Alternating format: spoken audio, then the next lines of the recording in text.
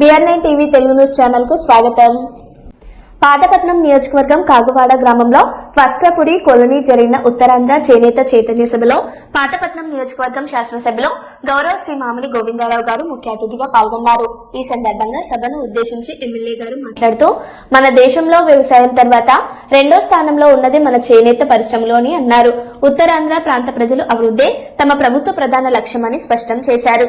ప్రజా సమస్యలను గుర్తించి వాటి పరిష్కారానికి నిరంతరం కృషి చేయడమే తమ బాధ్యతగా భావిస్తున్నామని, పాతపట్నం నియోజకవర్గాన్ని అన్ని రంగాలను అభివృద్ధి పదంలో ముందుకు తీసుకెళ్లేందుకు అవసరమైన చర్యలు తీసుకుంటామని తెలిపారు.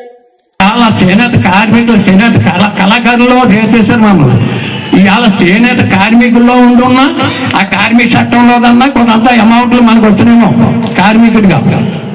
అదే మనం తిరగైతే మనం చేనేత మినిస్టర్ గారి దగ్గరికి వెళ్తే మాకు వచ్చే డబ్బులన్నీ ఇవ్వండి మా తల్లి అని అడిగితే ఆ దగ్గర ఏమన్నా ఇస్తాం, కంగారు పడకండి అన్నారు. ఈలో కార్మిక శాఖ మంత్రి సుభాష్ గారు వచ్చి నా కార్మికులు చేనేత కార్మికులు కదా, నా దాంట్లో ఒక 20 కోట్లు ఇస్తాను ఇలా కార్మికుల దృష్టిలోంచి అన్నారు. తర్వాత చూస్తే ఇది వీళ్ళు ఇచ్చేస్తారు కదా అని ఎంత సంబరపడి వచ్చాం విజయవాడ నుంచి. వస్తే తర్వాత 4 రోజులకి ఆ నెలాఖరు కడతా అన్నారు.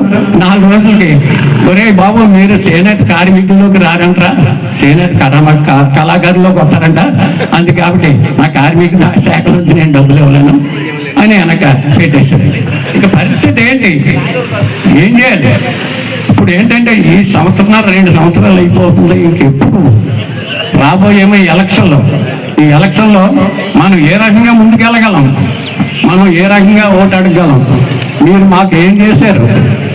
గత ప్రభుత్వం 24 అన్నా 7 అన్నా వేసింది, కానీ ఇప్పుడు మనం ఏం చేశారన్న మాట ప్రజల్లోంచి మనకు రాకుండా చూసి ప్రభుత్వాన్ని దృష్టిలోకి తీసుకెళ్లి ఈ చేనేత రంగాన్ని ఆదుకుంటారని ఎమ్మెల్యే గారిని ఇక్కడ ఉన్న పెద్దల్ని కోరుకుంటూ సెలవు తీసుకుంటాం.